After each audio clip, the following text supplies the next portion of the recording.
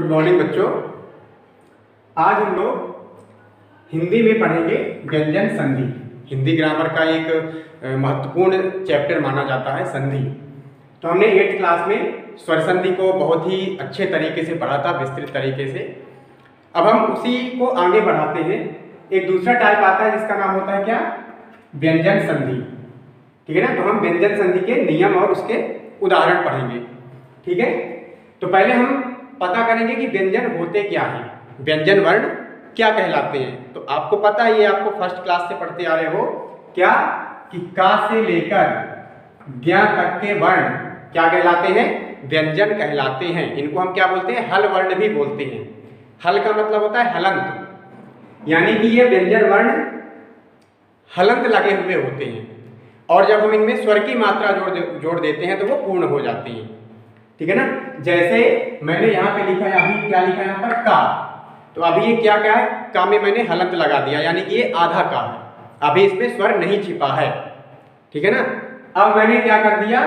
का में मैंने मान लीजिए छोटी ई जोड़ दिया। तो अब इस का में छोटी ई जोड़ देने से ये अब स्वर की मात्रा को लेके बन जाएगा क्या? की।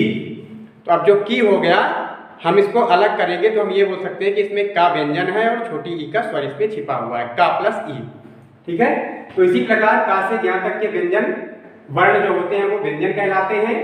ठीक है। इसकी परिभाषा, व्यंजन संधि की परिभाषा हम पढ़ेंगे। देखिए परिभाषा आपके सामने ये लिखी हुई है। हम परिभाषा को चाहे तो लैंग्वेज के रूप में भी लिख सकते हैं, लेकिन समझने के लिए मेरे हिसाब से फार्मूला बेस पर आप ज्यादा अच्छी तरीके से समझ जाओगे। व्यंजन संधि की परिभाषा याद करनी हो तो ये फार्मूला याद कर लो। व्यंजन वर्ण प्लस स्वर या व्यंजन वर्ण इक्वल टू व्यंजन संधि। खत्म परिभाषा। अब आप इसको अपने शब्दों में लिख सकते हैं। इसका मतलब ये है कि अगर व्यंजन वर्ण के बाद कोई भी स्वर वर्ण आए या व्यंजन वर्ण आए तो वो एग्जाम्पल व्यंजन संधि का एग्जाम्पल कहलाता है। ठीक है। अगर व्यंजन वर्ण के बाद चाहे स्वर वर्ण आए या व्यंजन के बाद चाहे व्यंजन वर्ण आए तो वो व्यंजन संधि हो जाती है, और वो एग्जाम्पल व्यंजन संधि का एग्जाम्पल कहलाता है। एग्जाम्पल देखिए, मैंने लिखा यहाँ पे सत प्लस आचार। अब देखिए प्लस के पहले क्या है? प्लस के पहले है अपना ता यानी कि व्यंजन। प्लस के जस्ट बाद क्या है? आ यानी कि स्वर। ये व्यंजन के बाद क्या आ गया? स्वर। व्यंजन के बाद स्वर। तो अब एक रूल होता है, हम आगे पढ़ेंगे। अगर ता के बाद कोई स्वर आता है, ता के बाद अगर कोई स्वर आता है तो ता का परिवर्तन किसमें हो जाता है? दा में।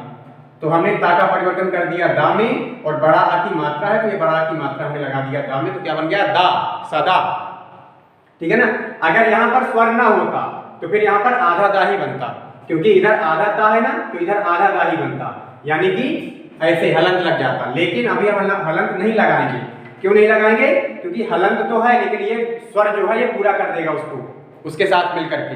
तो ये बड़ा आ की मात्रा लग जाएगी, तो बन जाएगा सदा चार। ठीक है। तो अभी हमने पढ़ा व्यंजन के बाद स्वर आया, लेकिन हमने ये भी पढ़ा था कि व्यंजन के बाद व्यंजन भी आ सकता है। तो अब देखिए प्लस के पहले क्या है? ता क्या है? व्यंजन।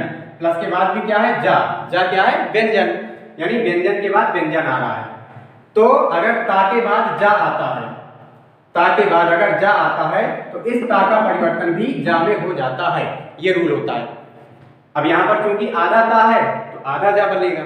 यहाँ पर कोई स्वर नहीं है, स्वर होता तो इसमें उस स्वर की मात्रा लग के पूरी हो जाती। अब यहाँ पर तो व्यंजन ही है, तो इस ता का आधा जा हो जाएगा, और ये वाला जा तो लिखा ही है जन, तो ये जन लिख दिया, बन गया क्या? सज्जन। ठीक है। आइए देखते हैं व्यंजन संधि के कुछ नियम। ये व्यंजन संधि के नियम है, इनको आपको ध्यान में रख करके पढ़ना है, तभी आपकी व्यंजन संधि क्लियर होगी। पहला नियम है, अगर ता के बाद चा या डा आता है तो ता का क्रमशः चा व डा में परिवर्तन हो जाता है। यानी कि अगर ता के बाद चा आएगा तो ता का परिवर्तन भी चा में हो जाएगा, और ता के बाद अगर डा आएगा तो ता का परिवर्तन भी डा में हो जाएगा। क्लियर? चा आएगा तो ता भी चा में बदल जाएगा, और डा आएगा तो ये ता भी डा में बदल जाएगा। ओके। एग्जाम्पल देखें। उत प्लस चारण। अब यहाँ पर क्या है? प्लस के पहले क्या है? ता। प्लस के बाद क्या है? चा, यानी ता के बाद चा आ रहा है, तो ता के बाद चा आएगा तो ये वाला ता भी चा में ही बदल जाएगा। तो ये आधा ता की जगह हमने ये आधा चा कर दिया, ये वाला ता चा में बदल गया, और ये चारण लिखा है तो ये हमने चारण लिख दिया, तो बन गया क्या? उच्चारण। ऐसे देखो, अब यहाँ पर ता के बाद क्या आ गया? डा। तो अब ये वाला ता चा में नहीं बदलेगा, किसमें बदलेगा, डा में ही बदलेगा। तो ये आधा ता की जगह हमने आधा डा लिख दिया। ओके, आधा ता की जगह आधा डा और ये बन गया डयन। तो क्या बन गया, उड्डयन। ओके, आ रहा होगा समझ में। नेक्स्ट है नियम 2। अगर ता के बाद हा आता है, ता के बाद अगर हा आता है तो ता का परिवर्तन दा में होगा। इसमें देखो, इसमें दोनों बदलेंगे, प्लस के पहले वाला भी बदलेगा, प्लस के बाद वाला भी बदलेगा। ता किस में बदलेगा, दा में, और हा किस में बदलेगा, धा में। ता का परिवर्तन दा में और हा का परिवर्तन धा में हो जाता है। क्लियर। उदाहरण देखें, उत प्लस हार, प्लस के पहले ता है और प्लस के बाद हा है, ता के बाद हा। तो ता के बाद हा आया तो ता किस में बदल जाएगा, ता किस में बदलेगा, ता का दा में, यानी ता बदल जाएगा दा में। आधा ता तो आधा दा, बचा क्या, हा। तो हा भी बदलेगा, हमने पढ़ा ना कि हा का परिवर्तन किस में होगा, धा में।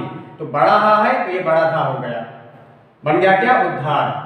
अब आप इस उद्धार को ऐसे भी लिख सकते हो, इस तरीके से भी उद्धार लिखा जा सकता है। ठीक है। ऐसे ही उत प्लस हरण, तो आधा ता का आधा दा हो गया और हा का परिवर्तन धा में हो गया। क्योंकि ये पूरा हा है तो पूरा धा में बदलेगा, आधा ता है तो आधा दा में बदलेगा। तो ये बन गया आपका क्या, उद्धरण। ओके, आशा करता हूं आप लोग समझ पा रहे होंगे इसको, है ना। आपको ध्यान में रखने वाली चीज जो है वो है नियम। अगर आपको नियम याद है, कंडीशन याद है, शर्त याद है कि किस वर्ण के बाद क्या आता है तो क्या बनता है, तभी आप संधि की पहचान आसानी से कर पाओगे। चलिए आगे चलते हैं। अगर मां के बाद मां कोई भी वर्गीय व्यंजन आता है, अब आप पूछोगे वर्गीय व्यंजन क्या होते हैं, तो ये मैंने ब्रैकेट में लिखा है, का से लेकर मां तक के जो वर्ण होती हैं, का कबूतर से लेकर और मां मछली तक, है ना। का खा गा गा अंगा चा छा जा जा इया टा ठा डा डा डा ता था दा धा ना पा फा बा भा मां। तो का से लेकर के मां तक के जो व्यंजन होती हैं वो वर्गीय व्यंजन कहलाती है। तो अगर मां के बाद वर्गीय व्यंजन आते हैं तो इस मां का परिवर्तन, इस वाले मां का परिवर्तन किस में हो जाएगा, अनुस्वार में। अनुस्वार मतलब अंग की मात्रा जिसको आप बोलते हो, इस तरह आप बोलते हो ना, अंगूर की मात्रा।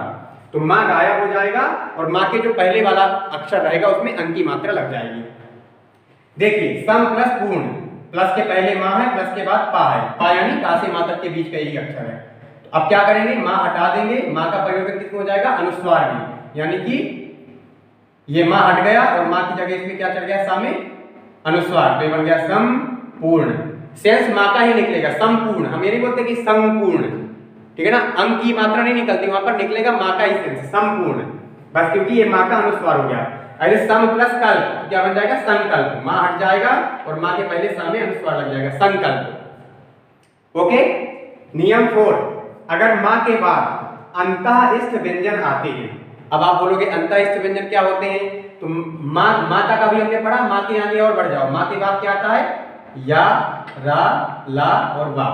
ये चार अक्षर जो होते हैं, चार व्यंजन, ये अंतःस्थ व्यंजन कहलाते हैं। तो अगर मां के बाद ये चार चीजें आती हैं तब भी वही होगा, मतलब क्या होगा, मां का अनुस्वार में ही परिवर्तन हो जाएगा, यानी सेम कंडीशन, मां हट जाएगा और अनुस्वार चढ़ जाएगा। सम प्लस योग, अब देखो या, ये या आ गया, मां हट गया और सा में अनुस्वार लग गया, क्या बन गया अपना, संयोग। ओके। सम प्लस विधान, मां हट गया और सा में अनुस्वार लग गया, क्या बन गया, संविधान। ठीक है।